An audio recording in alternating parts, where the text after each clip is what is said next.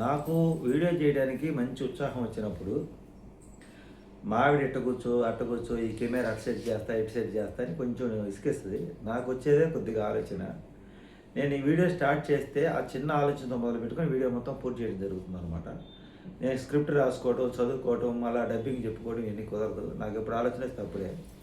ఈరోజు టాపిక్ ఏంటయ్యా అంటే, సాఫ్ట్వేర్ ఉద్యోగాలు భద్రత లేకుండా పోయిందని మనకి చాలామంది లైవ్లో కామెంట్లు పెడుతున్నారు. ఎప్పుడైనా ఏ విషయమైనా గుర్తుపెట్టుకోండి, 20 సంవత్సరాలు ఒకసారి మారుతుంటుంది తరం, ఒక తరం మారిందనమాట. 20 సంవత్సరాల కంటే చిన్నపిల్లకాయలు అందరూ పెద్దవాళ్ళు అవుతారు, పెద్దవాళ్ళు ముసలివాళ్ళు అవుతారు, ముసలివాళ్ళు కొంతమంది ప్రయాణం చేసేస్తారు. అంటే మార్పు చెందుతూ ఉంటుంది, కొత్త ఆలోచన, కొత్త టెక్నాలజీ. సాఫ్ట్వేర్ వచ్చినప్పుడు కూడా పరిస్థితి అదే. 2002లో ఈ సాఫ్ట్వేర్ గురించి ఎక్కువ చెప్పుకునేవారు. టెక్నాలజీ పెరుగుతుంది, అంత సిస్టంలో అంతా ఫీడ్ చేసేది, పుస్తకాలు రాసేది లేదు, బ్యాంకులకు పోయినా కూడా అప్పుడే కంప్యూటర్లు రావడం, అంతా విచిత్రంగా జరిగిపోతుంది అనమాట. అప్పుడు జనాలందరికీ చాలా బాగుంది, పరిస్థితులు పోతుంది హుషారని. ఆ తర్వాత 2005కి వచ్చేసరికి దాని గురించి ఎక్కువ ఇంట్రెస్ట్ పెరిగిపోయి ప్రతి ఒక్కరు కూడా ఇంటర్మీడియట్ అయిపోయిన ప్రతి ఒక్క పిల్లల్ని ఇంజనీరింగ్ చదివించడం, డిగ్రీ అయిపోయిన వాళ్ళని ఎంసీఏ చదివించడం. ఈ రెండు సాఫ్ట్వేర్ ఫీల్డ్కి సంబంధించినవి. ఇలా ప్రతి ఒక్కరు ఏది చెప్పినా ఎంసీఏ ఇంజనీరింగ్, ఎంసీఏ ఇంజనీరింగ్ ఆయన అంట చదివిస్తూ ఉన్నారు. చదువుకున్న వాళ్ళకి అట్నే ఉద్యోగాలు వస్తున్నాయి. హైదరాబాదులో, బెంగళూరులో, విదేశాలు, అమెరికా పోవటం, డాలర్లు పంపించటం, ఇవంతా బాగా జరుగుతుంది. ఈ హవా ఎప్పటిదాకా నడిచిందంటే, దీని యొక్క మొదలు 2001 నుంచో ముందే వచ్చింది అనుకుంటా, కానీ ఇది బిగినింగ్ అయింది 2001 నుంచి. 2001, 2002 నుంచి నాకు బాగా గుర్తు. ఏ సినిమా వచ్చినా దీని గురించే నడుస్తుండేది. ఎవరైనా పిల్లని ఇవ్వాలన్నా సాఫ్ట్వేర్కి అయితే ఇస్తాము, ఎవరైనా అమ్మాయిని కూడా అమ్మాయి కూడా సాఫ్ట్వేర్ చేసుకుంటాము, ఇద్దరు ఉద్యోగాలు చేసుకుంటే లక్షల్లో డబ్బులు వస్తాయి, ఇంకా జీవితం విలాసవంతంగా ఉంటుంది, హ్యాపీగా ఉంటుంది. ఇది ఈ విధంగా ఈ నడుస్తూ కాలం నడిచింది. అది 2005 నుంచి ఇంకా ఎక్కువ ఉధృతి అయిపోయింది. అక్కడ 2005 నుంచి ఫీజు రీయింబర్స్మెంట్ ఫ్రీగా రావడం, పేదవాళ్ళు, మధ్యతరగతులు కూడా ఈ సాఫ్ట్వేర్లో ఫ్రీ సీట్లు రావడం, చదువుకోవడం ఎక్కువ, అందరూ ఇంక ఇదే విధంగా చదువుకోవడం మొదలుపెట్టారు. ఇంకా విశ్లేషణ రాయల్లా తగులుతుంది, అనుకున్న లక్ష్యాన్ని చేరుకుంటున్నారు.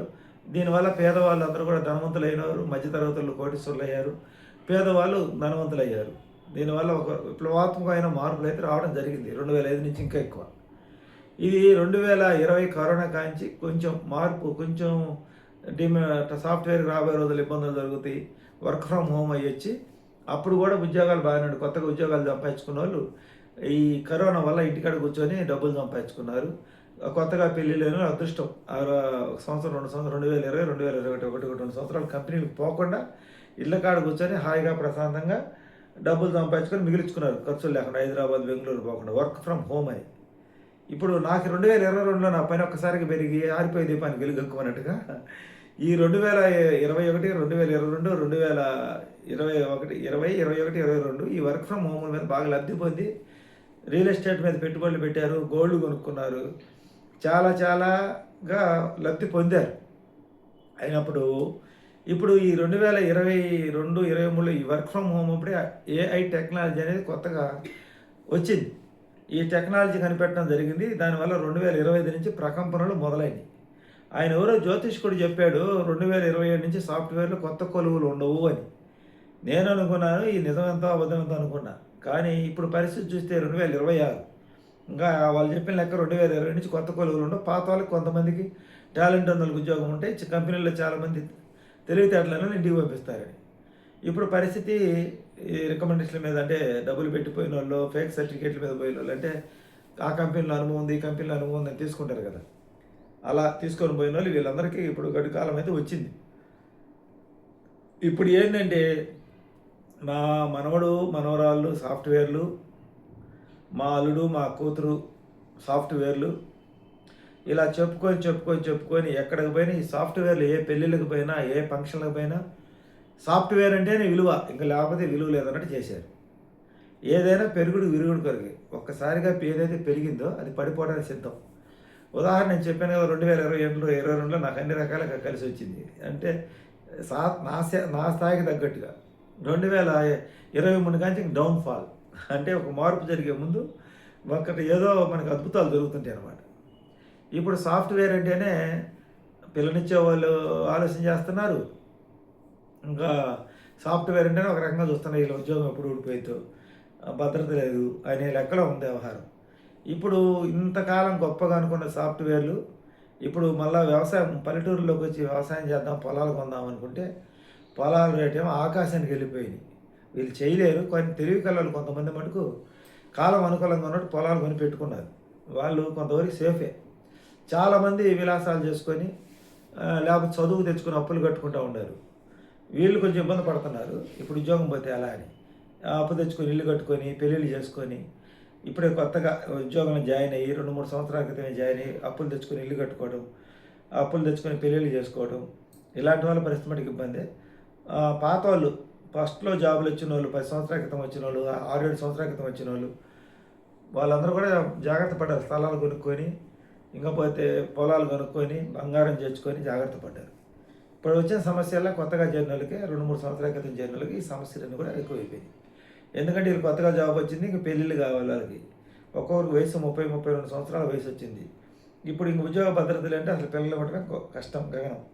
పైగా ఇప్పుడు మనకి సోషల్ మీడియా వల్ల ఎక్కడెక్కడ పెళ్ళిళ్ళు అయ్యి మోసపోతున్నారు, మోసం చేస్తున్నారు, ఇవన్నీ ఎక్కువ విస్తృతంగా ప్రచారం ఉండబట్టి ఆడపిల్లల తల్లిదండ్రులు జాగ్రత్త పడుతున్నారు, చాలా ఇబ్బందులు పడుతున్నారు. కాబట్టి మనం గమనించాల్సిన విషయం ఏంటంటే 2020 నుంచి 2025 మధ్యలో వివాహాలు, అక్కడి నుంచి వివాహాలు జరిగిన వాళ్ళు ప్రతి ఒక్కరు కూడా మొదటి వివాహం రద్దు అవుతుంది. ఎందుకంటే వీళ్ళకి విలాసానికి అలవాటు పడి ఎన్నో ఇచ్చేసి అది ఇప్పుడు తగ్గించుకొని బతకలేకను, లేకపోతే అప్పులు చేయటం వలన, దానివల్ల గొడవలై ఉద్యోగాలు లేక, సక్రమంగా వ్యవహారాలు లేక చాలామంది విడిపోవడం జరుగుతుంది. కొంతమంది ఉద్యోగాలు ఉండి కూడా కొన్ని ఎక్కువ ఎక్స్పెక్ట్ చేయడం వల్ల కూడా జరుగుతుంది. అత్తగారి నుంచి కానీ ఏదైనా కానీ, భర్త నుంచి భార్య, భార్య నుంచి భర్త. కానీ వీళ్ళందరూ కూడా సెకండ్ మ్యారేజ్కి వచ్చేటప్పటికి స్టడీ అయ్యి బాగా చేసుకుని బాగా సెటిల్ అవుతున్నారు. ఎందుకంటే అనుభవం అవుతుంది. పెద్దలు చెప్పిన మాట ఫస్ట్ దానికి ఎవరు వినటం లేదు. కాబట్టి సెకండ్లో అనుభవి తోడేది కావాలని సెట్ చేసుకొని పెళ్లి చేసుకొని సుఖపడ్డ సంఖ్య ఎక్కువ ఈ కాలంలో. అంటే జాతకాలు సక్రంగా కలవకనో లేకపోతే తెలియదు. పైగా ఇప్పుడు యుద్ధాలు మొదలవుతున్నాయి. 2020 దాటి నుంచి రకరకాలుగా ఆ దేశంలో ఈ దేశంలో ఎక్కడో ఒకసారి యుద్ధాలు వింటానడం. 4 సంవత్సరాల నుంచి రష్యాకి ఉక్రెయిన్కి యుద్ధం జరుగుతుంది. ఇప్పుడు మళ్ళీ కొత్తగా జరుగుతూ ఉండే యుద్ధాలు. అదేమంటారు, ఇరాన్ ఇరాక, నేను పెద్దగా టీవీ చుట్టలేదులే. యుద్ధాలు జరుగుతున్నాయి. మనకి అంతకుముందు మనం సర్జికల్ స్ట్రైక్స్ మనకి జరిగినాయి, పాకిస్తాన్కి మనకి. ఇవన్నీ రకరకాల అలజడులు, ఆందోళనలతో యువత సతమతం అయిపోతున్నారు. ముందు ఎంత ఆస్తి ఉన్నప్పుడు కూడా నిత్యం సంపాదన లేకపోతే ఆ మనిషిని ఎవరు నమ్మరు. ఇప్పుడు డైలీ సంపాదించేవాడిని, రెగ్యులర్గా పని చేసుకునేవాడిని, ప్లస్ ఏదైనా ఉద్యోగం చేసుకునేవాడికి విలువ వాల్యూ ఉంటుంది. కానీ పెద్దలు సంపాదించిన ఆస్తితో అది ఉందన్నా కానీ ఇది కరిగిపోయింది, నీకు సంపాదన లేకపోతే అని పిల్లల్ని ఇచ్చేవాళ్ళు ఆలోచన చేస్తారు. ఆస్తిని కూడా ఆస్తి చూసుకొని పిల్లల్ని ఇవ్వడం లేదు. పోనీ ఉద్యోగం చేస్తుంటే ఆస్తి లేకపోతే పిల్లల్ని ఇవ్వడం లేదు. ఇప్పుడు ఆడపిల్లలకి పెళ్ళిళ్ళు కష్టమైంది, మగపిల్లలకి కష్టమైంది. ఈ పరిస్థితి ఇప్పుడు మనకి ఇంతకుముందు 21, 22, 25 లోపల పెళ్ళిగా 25 లోపు దాటితే ముదురు. ఇప్పుడు 30 దాటితే ముదురు, 35 దాటితే ముదురు అంటారు. జనరేషన్ మారిపోయింది పూర్తిగా. నేను టోటల్గా చెప్పొచ్చేదంటే ప్రతి 20 సంవత్సరాలకు ఒకసారి ఇది మార్పు అనేది జరుగుతుంటుంది. నా చిన్నప్పటి నుంచి ఇప్పుడు 2 సార్లు చూశాను నేను 20 సంవత్సరాలకి. అంటే నేను పుట్టింది 1970, ఆ పరిసర ప్రాంతాల్లో అయితే 70, 80 మధ్యలో కదా, 72 ఆ ప్రాంతంలో పుడితే నాకు చిన్నప్పటి నుంచి తెలిసినప్పటి నుంచి గమనించినట్టయితే 1970 నుంచి 1990 దాకా ఒక రకంగా, 92 ఆ ప్రాంతానికి ఒక రకంగా నడిచింది. 92 నుంచి ఇంకా 2012 దాకా ఒక రకంగా నడిచింది.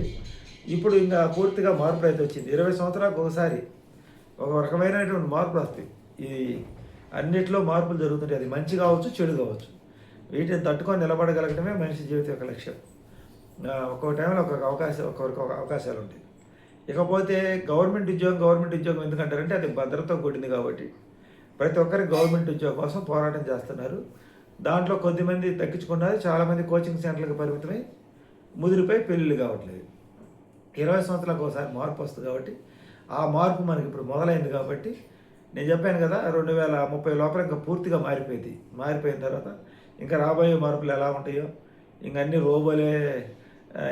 రోబోలే హోటల్లో పెడుతున్నారు, ఏఐ టెక్నాలజీ అయ్యే రోబోలో పనిచేస్తున్నాయి. కార్లు కూడా డ్రైవర్ లేకుండా కార్లు బస్సులు కూడా నడుస్తాయి అంటున్నారు. ఈ పెరిగిన టెక్నాలజీ అంతా మన మానవాళికి ముప్పే. ఒక విధంగా ఫస్ట్ ఆనందంగా ఉన్న ముప్పే. ఇప్పుడు పట్టణం అభివృద్ధి అవుతుందంటే ఉన్న వాళ్ళందరూ స్థలాలు అమ్ముకుంటారు. అంటే అక్కడ పెద్ద పెద్ద బలవంతులు వచ్చి కంపెనీలు, ఫ్యాక్టరీలు పెడతారు. రోడ్ల కోసం కానీ, రైల్వేల కోసం కానీ, ప్రభుత్వ కార్యాల అవసరాల కోసం కానీ భూములు సేకరించడం, ఇది ఫ్యాక్టరీలు పెట్టడం కోసం ఇలా చాలామంది అక్కడ ఉన్న స్థానికులు దెబ్బతినిపోయి కొత్త వాళ్ళు వస్తుంటారు. కొత్త వాళ్ళకి ఉద్యోగం కలిగిందంటే పాత వాళ్ళు ఎంతోమంది దెబ్బతింటుంటారు. ఇంకా ఉండే వాళ్ళకి రెంట్లు పెరిగిపోయి వాళ్ళు కొంచెం దూరం వెళ్ళాలి స్థానికులు. సొంతంగా ఇల్లు కట్టుకున్న వాళ్ళు అప్పుల పాలే కొంతమంది మధ్యతరగతులకు పనులు లేక అమ్ముకుంటుంటారు అన్నమాట. ఇలా అభివృద్ధి జరిగిన ప్రతిసారి దెబ్బతినేది మటుకు మధ్యతరగతి వాడే, సామాన్యులే. ధనవంతుడు ఎప్పుడు కూడా దెబ్బతింటం కష్టం. బలవంతుడు, ధనవంతుడు ఈ మధ్యతరగతి వాళ్ళే ఈ అభివృద్ధిలో భాగంగా దెబ్బతింటూ ఉంటారు.